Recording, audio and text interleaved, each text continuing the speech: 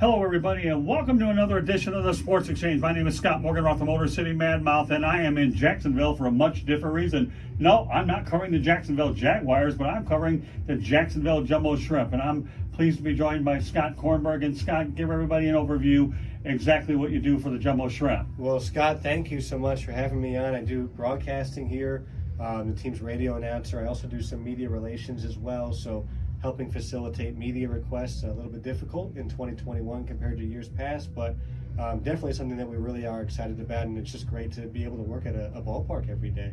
So the ballpark is 121 Financial Ballpark. So seats about 11,000 people. It was built in 2003.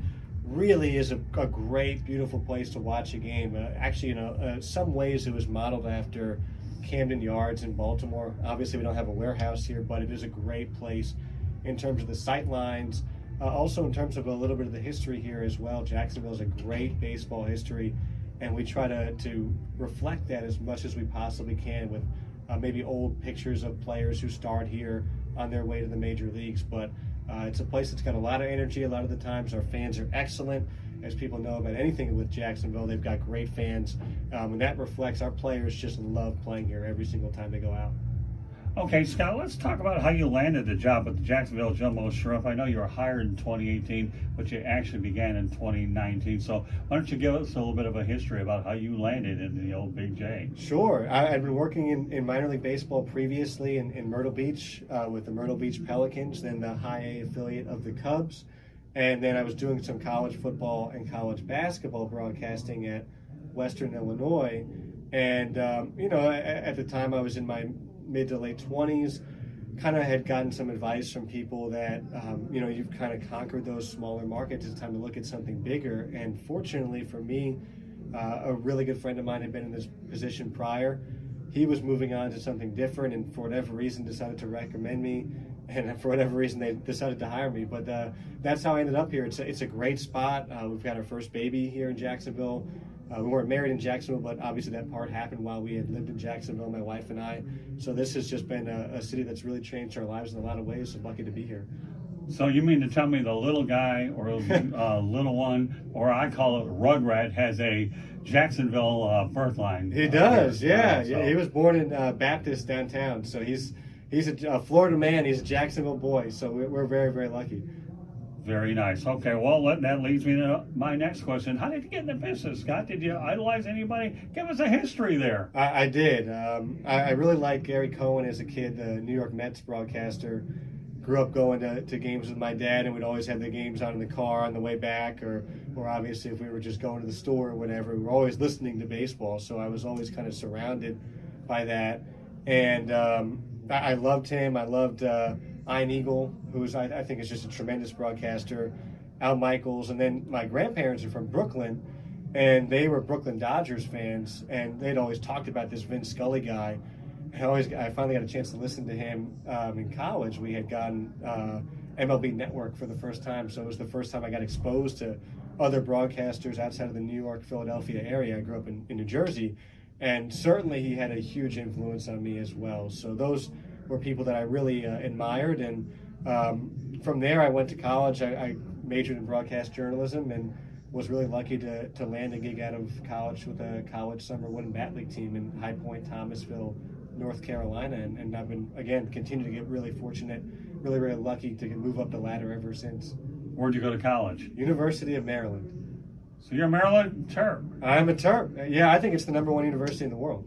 Well, of course you got to say that about your picking alma mater. I'm a University of South Florida Bull, but meanwhile, my heart's with the Michigan Wolverines. Sure. So, we'll keep the Michigan-Maryland thing out the door for a little while since we're teammates at least over the weekend. And, we obviously share the common bond here that we are part of the Miami Marlins organization. The South Florida Tribune obviously covers Miami Marlins and you guys as well, and we're looking to take a trip to Pensacola pretty soon and make a trip here obviously in August. But let's focus on what it's like here.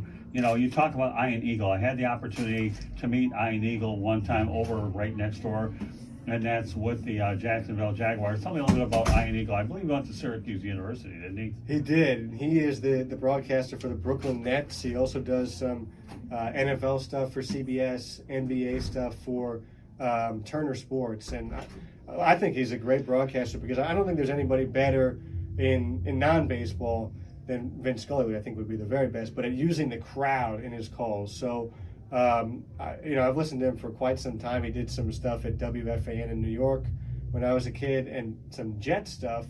And so I think I was exposed to him maybe a little bit earlier than other people around the nation, but I just think he's an outstanding broadcaster, and I've heard really great things about how he is as a person. Yeah, I have no complaints. My dealings with Ian Eagle obviously have been very, very good. And I alluded to the Miami Marlins organization. What are your overall impressions of the Miami Marlins organization? Oh, it's a great time to be with the Marlins, that's for sure. Talk about a different vibe that you get from ownership once the Derek Jeter, Bruce Sherman ownership came over. And I think, people here recognize that, and I would guess certainly down where you're from, in South Florida, but are really lucky because we've had a long-standing partnership with the Marlins.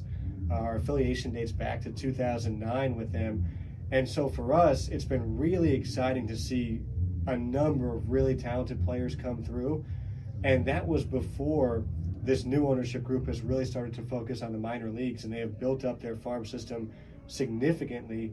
And I think this year's team is really starting to bear the fruit of some of the better prospects that the Marlins are sending to Jacksonville, especially now that the Jumbo Shrimp are the AAA affiliate.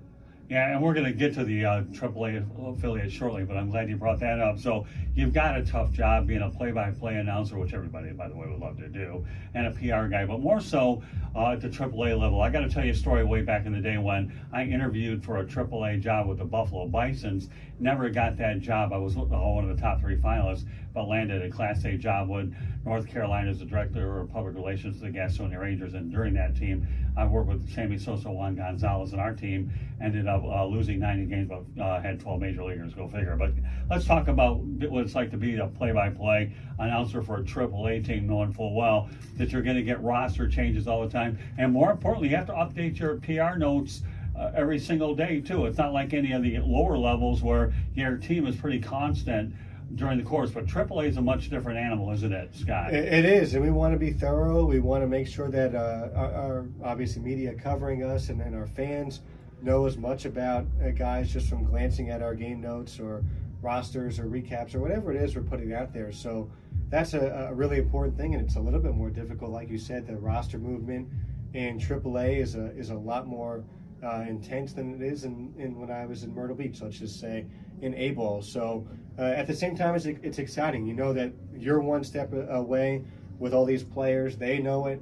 They can taste it, and it's really cool because the Marlins, I think in particular, are more aggressive maybe with making player moves than other organizations. A lot of our guys have been kind of going back and forth between Jacksonville and Miami. And so, I think from a player perspective as well, those guys maybe see a teammate go up, and it's like, okay, I could do this if I get in a hot streak or whatever it is. So, yes, a lot more player moves than even when we were in AA, but we obviously like that, and the AAA excitement has been really incredible here in Jacksonville. Well, I know you deal with a lot of the rehab situations. I believe Garrett Cooper was the most recent one that went down. I guess I missed them by like a matter of a few hours, but you got a lot of guys where the road from I-95 down to Miami is all about 5 hours. Of course, I just took it today. But tell me what it was like to not have baseball in 2020. Obviously the minor leagues got shut down. So what did you do as an organization to try to keep this thing going? It's a great question. And 2020 was a difficult year, obviously, but we wanted to make sure we were top of mind for people here in Jacksonville. This is such a great city, and there's so much to do. And the pandemic, we wanted to make sure that we were an option for people to think of when they were like, wow, let's try to go out of the house for the very first time. And that's a huge thing for people in the very early stages of the pandemic. So we had non-baseball events because we didn't have baseball. Movie nights, bingo nights, fan batting practices, really a lot of smaller things, low-key more often, making sure they were safe for people was our top priority. But we had a lot of different things here, about 50 different events in 2020, just getting people out to the ballpark, making sure we were top of mind. And again, we are incredibly fortunate that the community really supported us yet again, even in a non-baseball season. Very good. Well, so you talk about the community. What type of a relationship do you have with the Jacksonville Jaguars? Do you guys get a lot of support from your neighbor, a matter of a few feet away, with mutual cooperation supporting the Jaguars and the Jumbo Shrimp, since you're essentially in the sports complex? No doubt, and I think that would go the other opposite direction to the arena as well, the Icemen, the hockey team Right. Here. So, I think that's one of the things that was maybe surprising to me coming to Jacksonville was how each team supported the other ones. You think there would maybe be a little bit of a rivalry and competition for fans, but it is remarkable. If there's something big going on for the Jumbo Shrimp, the Jaguars are always right there to support us and lend a hand, and the Icemen are the same thing, and I think we are the same way to those guys. We want the Jaguars to win the Super Bowl. We want them to be the very best team in the NFL because the city is really just super energetic, even more than when we're good, when they are good. So I think it just makes people in the city happy when the Jaguars are good. Same thing for the Icemen, for the hockey fans in Jacksonville. So it's a no-brainer for all of our organizations to support each other. And I was surprised at how high the camaraderie was in coming here, but it's just been a great environment. And I think the fans kind of feed off of that a little bit, going from season to season, Jaguars to Icemen to Jumbo Shrimp throughout the year. No interview would be complete unless I brought up Urban Meyer. But let's talk about Urban Meyer for a moment, Scott. What is the Urban Meyer effect like here in the Jacksonville area? We know that Shad Khan has deep pockets, wants to bring in a first-class coach with enormous success at the University of Florida. But do you guys feel the vibes and the energy because of Urban Meyer? Oh, I think so. I think that's absolutely true. I think for the first time in quite a while, there's a hope for sustained success. Obviously, they had a great season a few years ago, and unfortunately haven't been able to duplicate that since. But I think people here are seeing Urban Meyer. They see Trevor Lawrence. They see a brand new coaching staff. They see Travis Etienne. All these different moves are made to make the Jaguars into a winner. Maybe not tomorrow, but hopefully. But also whenever they're good, hopefully for a long time. And that's something that was a big part of Jacksonville when the Jaguars first came about in the 90s, and those Brunell, Smith, McCardell, Fred Taylor teams, and Marcus Stroud and John Henderson. And I think Urban Meyer is a great job by the Khan ownership to show a commitment that they want to build the same thing now, again, a few decades later. Okay, let's go back to your PR job for a moment. How tough of a job is it for you, Scott? Obviously COVID-19, when media members actually don't have the complete access that we're normally able to get. I realize that, let's face it, okay, my ability to want to stay in this industry at least 5 more years better allow me more access. I understand the COVID-19, you tolerate it in the Zoom calls. First of all, have you done a lot of Zoom calls with your players? That's the first part of my question. And then the second part of my question will be, how tough of it is it for you not to accommodate those individuals? Start with the first one. Yeah, so for the first one, it is really tough because we're not allowed in the clubhouse, right? So it's really difficult. How do we get guys to do interviews when we can't even go see them ourselves and make that face-to-face connection and make that ask? So it has been really difficult from our perspective to do stuff because we're kind of stuck up here, and we have people who text us the lineup every single day, and we're lucky that we've got those people who tell us, okay, this is the roster move, but it's a very different vibe in the minor leagues, and that's what makes it really tough. We know that these guys are a step away from the majors, so the restrictions at AAA are way more than any other level. So hopefully when you go out to Pensacola, it'll be a little bit less stringent. But by the same token, they want to make sure that these guys are okay in case something happens in the major leagues, that they're all right. To make sure that because they're one step away, because they can only pull from AAA anyway to the majors, that those guys are all right. And then, from my obviously job perspective, is that we want to make sure we're as accommodating as possible to media, because we know you guys have a job to do. So that's what's made this really difficult, is that it's almost non-existent really for us, for everybody. But luckily we've tried to be as creative as we can in some areas, and maybe that's more focusing on our fans and promotions and things of that nature, because that's really a big part of minor league baseball anyway. But it's a difficult time for everybody, and we can only hope that these restrictions continue to loosen up a little bit. So are you able to provide any player access whatsoever for media members? It depends. A lot of the times it depends on which player and how far in advance that request comes, because there's a lot of different hoops we have to go through to get to those guys. So it's kind of a hit or miss different thing. Okay, well, that's fair enough. Okay, like anything else, timing is what it is. So obviously, Jacksonville's been a double-A town for a lot of years, and we're going to get to that in tomorrow's edition of the Sports Exchange with the History. But you'll go from double-A to triple-A, okay? So what's it like for the area itself, knowing you went from double-A to triple-A? How much, number one, do you figure that it'll increase attendance? And two, obviously, the double to triple-A effect is a very substantial climb, because now you're one step away versus two. Absolutely. So we found that there was a significant meaningful increase in people saying, wow, we are really interested in coming out to a Jumbo Shrimp game once they come back in May. And this was in the wintertime, obviously, when we first found out we were going to be the AAA affiliate for the Marlins. So, really fortunate that we had a lot of different season ticket holders, obviously, re-up with their tickets or purchase season tickets. So our season ticket holder base is about as big or bigger than it's ever been.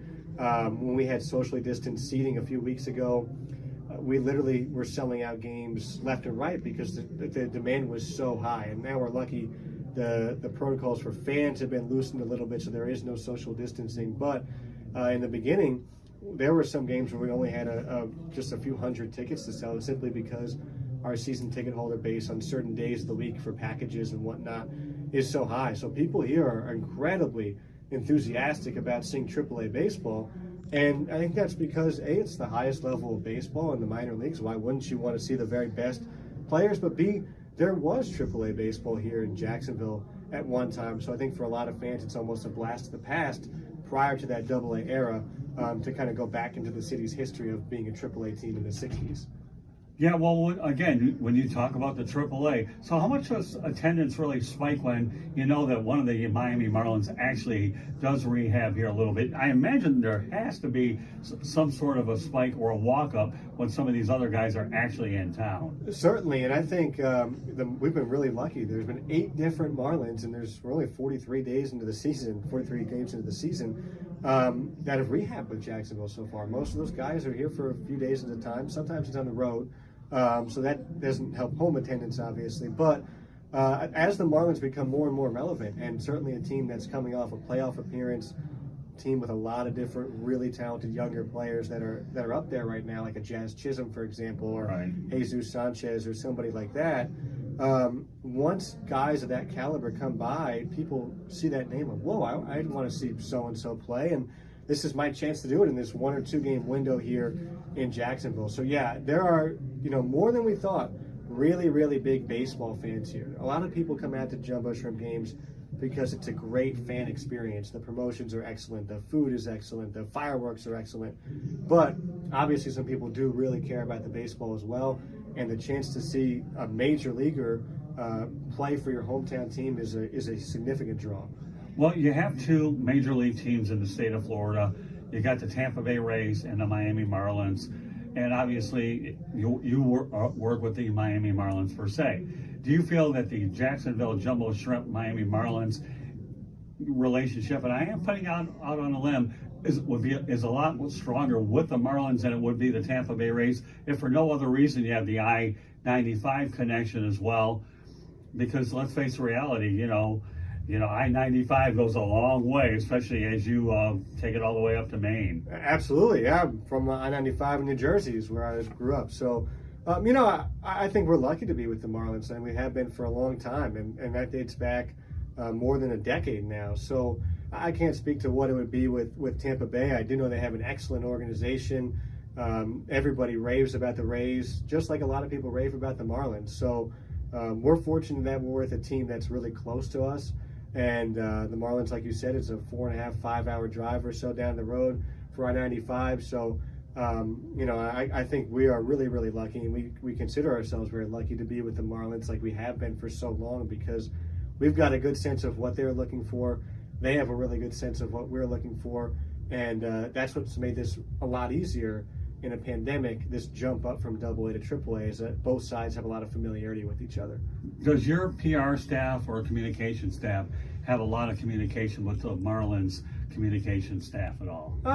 Here and there. It's not as much as you would think. Obviously, the player movement stuff, but not much more than that, really, simply because they're dealing with the big league team. And for us, it's not necessarily all about the baseball. We've got to do that stuff. But a big part of our job, PR-wise, is also the local media here, and they're more interested in that promotion side. So there is some stuff here or there that'll pop up with those guys, and they're great to work with, but not all the time. Not more than every few weeks or so that we get to talk to those guys. But they're excellent whenever we do.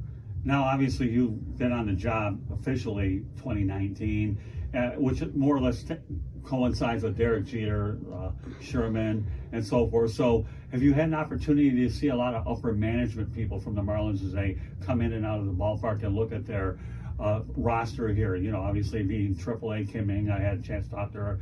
I met Derek Jeter for the first time for just a moment, and I'm sure that there's a lot of other executives that pop in here to your 1-2-1 ballpark. Absolutely. There are guys coming here all the time, and that's what any big league team would do. With the Cubs, in Myrtle Beach, we'd always have people shuttling in and out, and that's because any big league team, and I think the Marlins really have come a long way in this, is they want to be as thorough as possible in their own evaluation with players. They want to make sure they know their guys better than anybody, which they should, but they want to make sure it's not just the coaching staff, it's also their scouts, it's also some of their executives, because you never know what kind of trade talks will pop up. But also, I think mainly from how you treat your players. That really matters in today's day and age.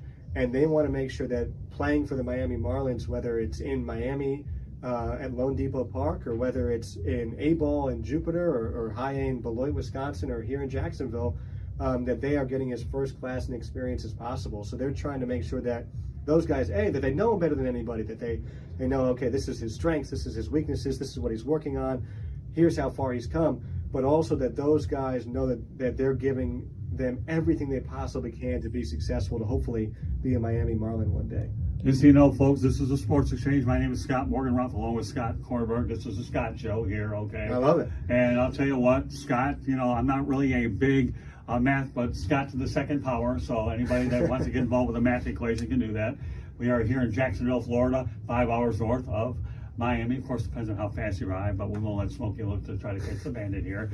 But we have a lot of work to be done over the course of the next 2 days. And, Scott Kornberg has been nice enough to allow myself up here. We get a chance to spend a couple days up here, check out the overall operation, and hoping to come back here in August as well. Any closing thoughts about what we've talked about here, the Jacksonville-Miami connection? Scott, the floor is yours. No, I think you've been very thorough in covering that. And again, want to reiterate how great the Marlins are to work with, how exciting it is to be a part of their organization. Nearly every single outlet's got them as a top 4 or 5 farm system, and we're really starting to see that talent rise up now. And some of the players we've had this year, some of them we've obviously had in the past, and then you kind of look down and you see, okay, so-and-so's in Pensacola, and so-and-so's in Beloit, and so-and-so's in Jupiter. And what a good time to be with the Marlins for us. By all means. And you know what, Scott, I have a good minor league background as well. I began my covering the Fort Lauderdale Yankees way back in the day, back in the 1980s. Okay, we won't get into the age card, okay, because I am approaching Social Security in about 3 years. But anyways, I understand what it's like to work at this level. Tell me about it from your standpoint. You obviously, like every broadcaster, have aspirations to try to get a big league job. And how difficult is it to get a big league job where that your expectations are realistically tempered? Yeah, I mean, listen, I think nearly every broadcaster, if they're being honest with you, is they're trying to move up the ladder. And yeah, of course, I would love to be in the major leagues one day. But as you know, it's a really, really difficult thing to do. And that's why we have to work as hard as we possibly can here. You have to be the best version of yourself you possibly can be. And that's making sure that you're incredibly thorough in your work, making sure you know where you have to get better, obviously treating people well, wherever you are. And the odds are long, but somebody's got to do those jobs, and we have to hope it's ourselves one of these days. And for people looking to get in on the PR side, Scott, as we wrap this conversation up, how many hours a day do you work during the season versus the off season? For a lot of people realize that PR work is not easy. You have to update everything, with press releases online and so forth. But let take us inside the world of a PR guy. We all know that if you're a good broadcaster, if you don't do your homework, then you'll be exposed. But talk about the inside for PR people. It's similar. It's a tough climb to the top. The PR people in the major leagues are really, really good. And again, it's about being accurate. It's about being thorough. It's about making sure that you're, again, being the best possible version of yourself. That's all any of us could ask for in any industry. And the hours are long, but I think a lot of us would say, man, we get to work at a ballpark. How cool is that? We come here and watch baseball. Could be a lot worse. So it's a difficult job. It's long days. At the same time, the off season is a nice little break, and we start to miss baseball again pretty soon after the season ends. So it's both are difficult career paths, but both are excellent career paths. And I think anybody in my shoes would probably give you a similar answer, that it's a difficult road to the top, but we appreciate every moment. Well, I know one thing, folks. This is not a 9-to-5 gig. Any good PR guy that does what he's supposed to do probably spends as much as 12 to 18 hours a day during the season, maybe not so much during the off season. So any closing thoughts, Scott, before we wrap up this edition of the Sports Exchange? We will do this again tomorrow, but we're going to talk history. No, I'm looking forward to tomorrow, Scott. Thank you again for having me on. All right, everybody. Once again, my name is Scott Morgan, the Motor City Madmouth, live from Jacksonville, Florida. For Scott Morganoff, along with Scott Kornberg. Scots are wild. Thank you very much, everybody, for joining us on this edition of the Sports Exchange.